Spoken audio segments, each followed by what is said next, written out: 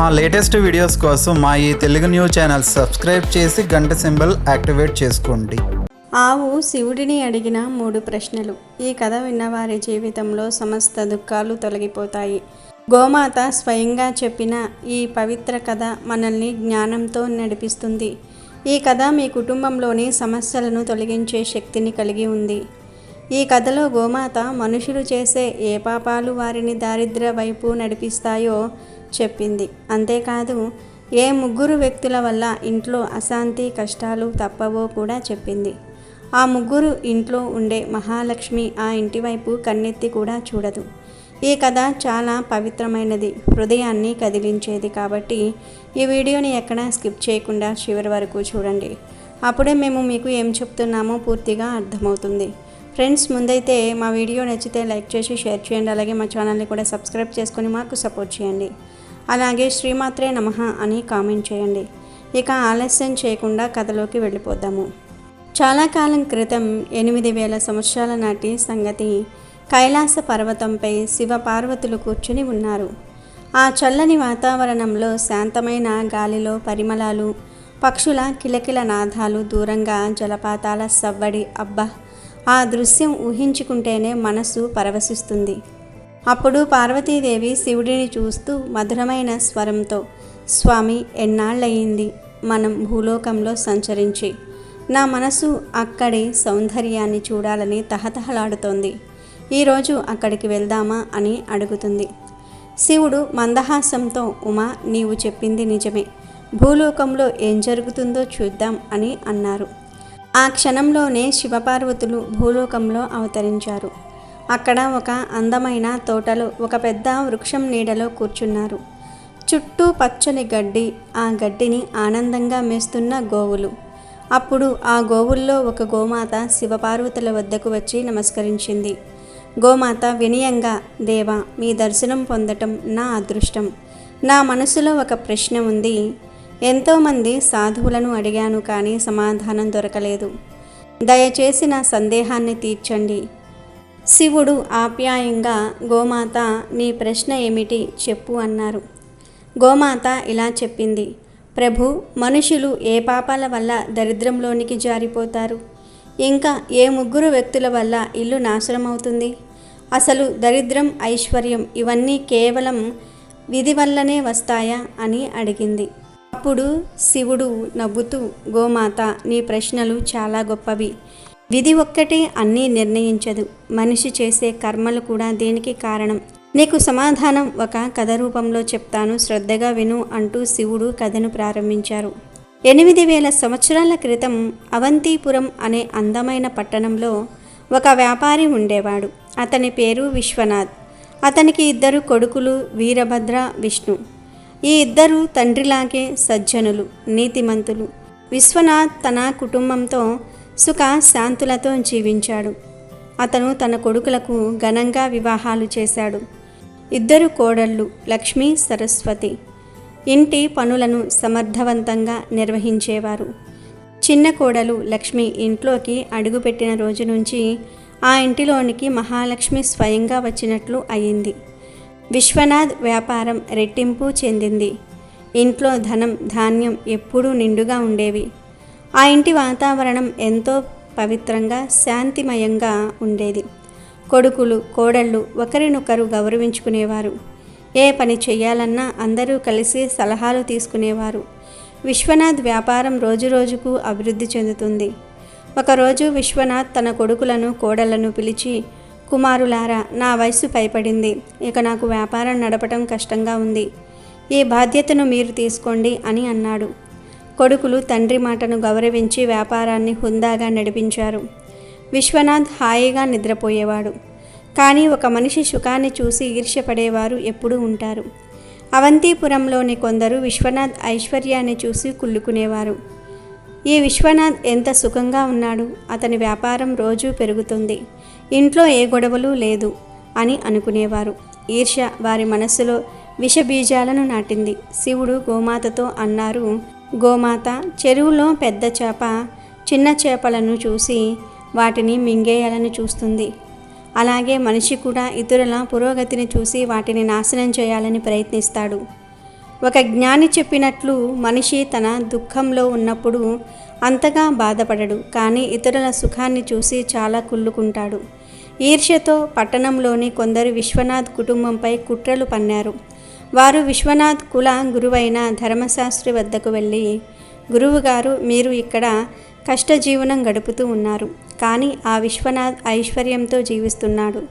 అతని కోడళ్ళు రుచికరమైన భోజనం వండుతున్నారు. అతను సుఖంగా ఉన్నాడు. మిమ్మల్ని ఎప్పుడైనా గౌరవంగా ఆహ్వానించాడా అని అన్నారు.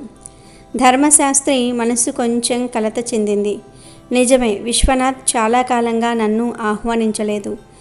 అతను సుఖంగా ఉంటే నా జీవనం ఇలా ఎందుకు కష్టంగా ఉంది అని ఆలోచించాడు. ఆ పట్టణస్థులు మరింత రెచ్చగొట్టారు.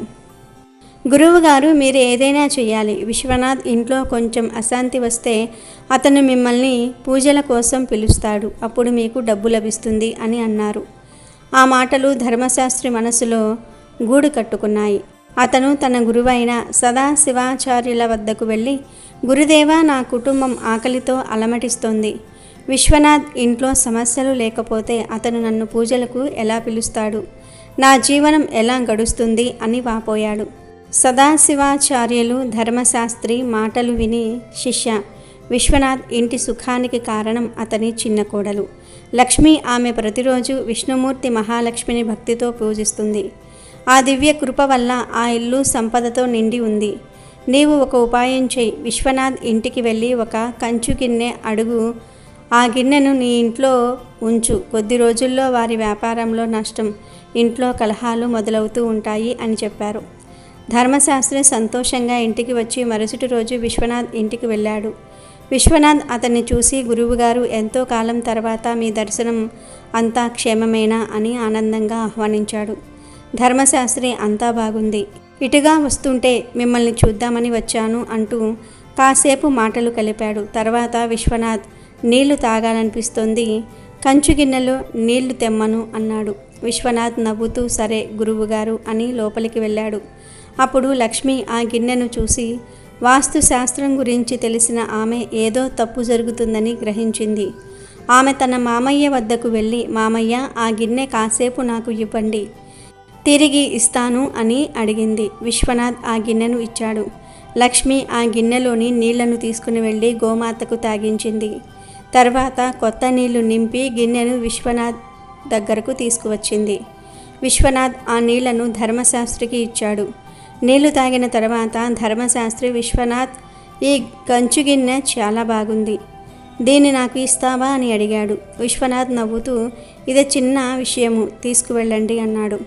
ధర్మశాస్త్రి ఆ గిన్నెను తీసుకుని ఇంటికి వచ్చి, ఇప్పుడు విశ్వనాథ్ ఇల్లు నాశనం అవుతుంది, అతను నన్ను తప్పక పిలుస్తాడు అని సంతోషించాడు. కానీ 20 రోజులు గడిచినా విశ్వనాథ్ నుంచి ఎలాంటి సమాచారం రాలేదు. ధర్మశాస్త్రి నిరాశతో మళ్ళీ సదాశివాచార్యుల వద్దకు వెళ్ళాడు. గురుదేవ, నీవు చెప్పినట్లే గిన్నె తెచ్చాను, కానీ విశ్వనాథ్ ఇల్లు ఇంకా సుఖంగానే ఉంది అని అన్నాడు. సదాశివాచార్యులు దివ్య దృష్టితో చూసి, శిష్య, లక్ష్మి చాలా తెలివైన స్త్రీ. ఆమె ఆ గిన్నెలోని నీళ్లను గోమాతకు తాగించింది. అందుకే నీ పన్నాగం విఫలమయ్యింది. ఇప్పుడు విశ్వనాథ్ ఇంటికి వెళ్ళి గోమాతను అడుగు. గోమాత లక్ష్మీ స్వరూపం, ఆమె లేని ఇంట్లో సుఖం ఉండదు అని చెప్పారు. ధర్మశాస్త్రి ఉత్సాహంగా మరుసటి రోజు విశ్వనాథ్ ఇంటికి వెళ్ళాడు. విశ్వనాథ్ అతన్ని ఆదరంగా ఆహ్వానించి భోజనం పెట్టాడు. తర్వాత ధర్మశాస్త్రి దీనంగా, విశ్వనాథ్, నా ఇంటి గోమాత పాలు ఇవ్వటం మానేసింది. నా పిల్లలకు పాలు అవసరం. నీ గోమాతను నాకు ఇస్తావా అని అడిగాడు. విశ్వనాథ్, ఇది పుణ్యకార్యం, గోదానం చేస్తే నాకు గొప్ప ఫలితం లభిస్తుంది అని అనుకుని గోమాతను తీసుకువెళ్ళడానికి వెళ్ళాడు. అప్పుడు లక్ష్మి, మామయ్య, ఆ గోమాతను ఎక్కడికి తీసుకువెళ్తున్నారు అని అడిగింది. విశ్వనాథ్, గురువు గారికి ఇస్తున్నాను బిడ్డ, వారి గోమాత పాలు ఇవ్వటం లేదంట అన్నాడు. లక్ష్మి తెలివిగా, కాసేపు ఆగండి మామయ్య అని ఒక గిన్నెలో పసుపు చందనము కలిపి ఆ మిశ్రమాన్ని గోమాత కొమ్ములపై పూసింది. మిగిలిన మిశ్రమాన్ని ఇంటి పూజ గదిలో ఉంచింది. ఇప్పుడు ఇవ్వండి మామయ్య అని అంది. విశ్వనాథ్ గోమాతను ధర్మశాస్త్రికి ఇచ్చాడు. ధర్మశాస్త్రి గోమాతను తీసుకుని వెళ్ళి ఇప్పుడు విశ్వనాథ్ ఇల్లు ఖచ్చితంగా నాశనం అవుతుంది అని సంతోషించాడు. కానీ రోజులు గడుస్తున్నా విశ్వనాథ్ నుంచి ఎలాంటి ఆహ్వానం రాలేదు. అతను మళ్ళీ సదాశివాచార్యుల వద్దకు వెళ్ళి, గురుదేవ, గోమాతను తెచ్చాను, కానీ విశ్వనాథ్ ఇంకా సుఖంగానే ఉన్నాడు అన్నాడు. సదాశివాచార్యులు, శిష్య, లక్ష్మి నీ కుట్రను గ్రహించింది. ఆమె గోమాత కొమ్ములపై పూసిన పసుపు చందన మిశ్రమాన్ని దేవాలయం దగ్గర ఉంచింది. అందుకే వారి సుఖం అలాగే ఉంది. ఇప్పుడు ఆ మిశ్రమం ఉన్న గిన్నెను తెమ్మని అన్నారు. ధర్మశాస్త్రి విశ్వనాథ్ ఇంటికి వెళ్ళి ఆ గిన్నెను అడిగాడు. లక్ష్మి ఇంతకు ముందే అనుమానించి ఆ గిన్నెలోని పాత మిశ్రమాన్ని తొలగించి కొత్త మిశ్రమాన్ని ఉంచింది. విశ్వనాథ్ ఆ గిన్నెను ధర్మశాస్త్రికి ఇచ్చాడు. ధర్మశాస్త్రి ఇప్పుడైనా విశ్వనాథ్ ఇల్లు నాశనం అవుతుంది అని ఆనందించాడు. కానీ నెలలు గడిచిన విశ్వనాథ్ ఇల్లు మరింత సంపన్నమైంది. ధర్మశాస్త్రి నిరాశతో సదాశివాచార్యుల వద్దకు వెళ్ళి, గురుదేవ, నా ప్రయత్నాలన్నీ కూడా విఫలమయ్యాయి అన్నాడు. సదాశివాచార్యులు, శిష్య, లక్ష్మి చాలా తెలివైన స్త్రీ. ఆమె ఉన్నంత వరకు నీవు విశ్వనాథ్ ఇంటిని ఏమీ చేయలేవు. ఆమెను ఇంటి నుంచి తొలగించు అన్నారు. ధర్మశాస్త్రి ఒక పథకం వేశాడు. మరుసటి రోజు అతను విశ్వనాథ్ ఇంటికి వెళ్ళి గంభీరంగా, విశ్వనాథ్, నీ ఇంటిపై గొప్ప సంకటం ముంచుకొస్తుంది. నీ చిన్న కోడలు లక్ష్మి వల్ల నీ కుటుంబం నాశనం అవుతుంది. ఆమెను వెంటనే ఇంటి నుంచి తొలగించు అన్నాడు విశ్వనాథ్. మొదట నమ్మలేదు, కానీ ధర్మశాస్త్రి పదే పదే చెప్పటంతో అతను గందరగోళంలో పడ్డాడు. అతను లక్ష్మిని పిలిచి బాధగా, బిడ్డ, నీ వల్ల మా ఇంటికి సంకటం వస్తోంది. నీవు ఈ ఇంటిని వదిలి వెళ్ళాలి అన్నాడు. లక్ష్మి షాక్ అయ్యింది. కానీ ఆమె ధర్మశాస్త్రి కుట్రను గ్రహించింది. తను నెమ్మదిగా, సరే మామయ్య, మీ ఆజ్ఞ ప్రకారం వెళ్తాను అని చెప్పింది. అప్పుడు ఆమె భర్త విష్ణు గుండెలు పగిలే ఆవేదనతో, తండ్రి, నా భార్యకు ఈ ఇంట్లో చోటు లేకపోతే నాకు లేదు, నేను ఆమెతో వెళ్తాను అన్నాడు. విష్ణు, లక్ష్మి ఇద్దరూ ఒక సమీప పట్టణంలో చిన్న గుడిసెలో జీవనం సాగించారు. విష్ణు చాలా కష్టపడి చిన్న వ్యాపారం ప్రారంభించాడు. అతని నీతి పట్టుదల వల్ల ఆ వ్యాపారం అభివృద్ధి చెందింది. కొన్ని సంవత్సరాలలో వారు సంపన్నులై సొంత ఇంటిని కొనుగోలు చేశారు. కానీ విశ్వనాథ్ ఇంట్లో మాత్రం అంతా తలకిందులయ్యింది. ధర్మశాస్త్రి కుట్రల వల్ల ఇంట్లో కలహాలు మొదలయ్యాయి. పెద్ద కొడుకు వీరభద్ర దుర్మార్గంలో పడి డబ్బును వృధా చేశాడు. ధర్మశాస్త్రి పూజల పేరుతో విశ్వనాథ డబ్బును కొట్టేశాడు. వ్యాపారం పూర్తిగా నాశనమయ్యింది. ఇంట్లో తిండికి కూడా దిక్కులేదు. పట్టణస్థులు విశ్వనాథ్ దుస్థితిని చూసి ఎగతాళి చేసేవారు. విశ్వనాథ్ ఆత్మహత్య చేసుకోవాలని నది వైపు వెళ్ళాడు. దారిలో ఒక తేజస్వి సాధువు కనిపించాడు. అతని ముఖంపై దివ్య కాంతి, నుదిటిపై చందన తిలకం, పొడవైన జడలు. విశ్వనాథ్ అతనికి నమస్కరించాడు. సాధువు, విశ్వనాథ్, నీవు ఎందుకు ఇంత బాధగా ఉన్నావు అని అడిగాడు. విశ్వనాథ్ తన కష్టాలను వివరించాడు. సాధువు విశ్వనాథ్తో, నీకు కష్టాలు మీ చిన్న కోడలు అయిన లక్ష్మిని ఇంటి నుంచి తొలగించిన రోజు నుంచి మొదలయ్యాయి. ఆమె సాక్షాత్తు మహాలక్ష్మి స్వరూపం. ఆమె భక్తి పూజల వల్ల నీ ఇల్లు సంపదతో నిండి ఉండేది అన్నాడు. విశ్వనాథ్ తన తప్పును గ్రహించి వెంటనే పట్టణంలోని విష్ణు ఇంటికి వెళ్ళాడు. లక్ష్మి ముందు చేతులు జోడించి, బిడ్డా, నన్ను క్షమించు. ధర్మశాస్త్రి మాటలు నమ్మి నిన్ను ఇంటి నుంచి వెళ్ళమన్నాను. నీవు మా ఇంటి లక్ష్మివి. నీవు ఉన్నంతకాలం మా ఇల్లు సుఖ సంతోషాలతో ఉంది అని కన్నీళ్లతో అన్నాడు. లక్ష్మి నవ్వుతూ, మామయ్య, చింతించకండి, ఈ ఇల్లు నాది, ఆ ఇల్లు కూడా నాదే, నేను తిరిగి వస్తాను అని చెప్పింది. ఆమె విష్ణువుతో కలిసి ఇంటికి తిరిగి వచ్చింది. కొన్ని రోజుల్లోనే విశ్వనాథ్ వ్యాపారం మళ్ళీ ఊపందుకుంది. ఇల్లు సంతోషంతో నిండిపోయింది. శివుడు గోమాతతో, గోమాత, ఇప్పుడు నీ ప్రశ్నలకు సమాధానం చెప్తాను. ఏ ఇంట్లో ఈ ముగ్గురి మాటలు వింటారో ఆ ఇల్లు నాశనం అవుతుంది. మొదటిది అహంకారం, దుష్ట స్వభావం ఉన్న వ్యక్తి. రెండవది లోభం, కుటిలత్వం, అనైతికత ఉన్న స్త్రీ. మూడవది బయట వ్యక్తుల మాటలకు ఎక్కువ ప్రాధాన్యత ఇచ్చేవారు. ఇలాంటి వారి మాటలు వినటం వల్ల ఇల్లు నాశనం అవుతుంది. శివుడు మళ్ళీ అన్నారు, గోమాత, నీ రెండవ ప్రశ్న, మనిషి ఏ ఏ పాపాల వల్ల దరిద్రుడు అవుతాడు? భగవద్గీతలో కృష్ణుడు చెప్పినట్లు మనిషి తన వివేకం, కష్టపడే శక్తి, బుద్ధి, ఉద్యమంపై సందేహించకూడదు. సత్యం, ధర్మం మార్గంలో నడిచి నిరంతరం కర్మ చేయాలి. అసత్యాన్ని ఆశ్రయించేవారు, తమపై నమ్మకం కోల్పోయేవారు ఎప్పటికీ విజయం సాధించలేరు. నిరంతర ప్రయత్నం, నమ్మకంతో ఉన్నవాడు దరిద్రం నుంచి బయటపడతాడు. గోమాత ఆనందంతో, ప్రభు, ఈ కథ వినటం వల్ల నా హృదయం ధన్యమైంది అని చెప్పింది. ఈ కథ మనకు నీతి, ధర్మము, వివేకం యొక్క గొప్పతనాన్ని నేర్పుతుంది. అమెజాన్లో బెస్ట్ డిస్కౌంట్స్ కోసం వీడియో డిస్క్రిప్షన్లో లింకు ఉంది, చూడండి. అలాగే మా టెలిగ్రామ్ ఛానల్ సబ్స్క్రైబ్ చేసుకోండి.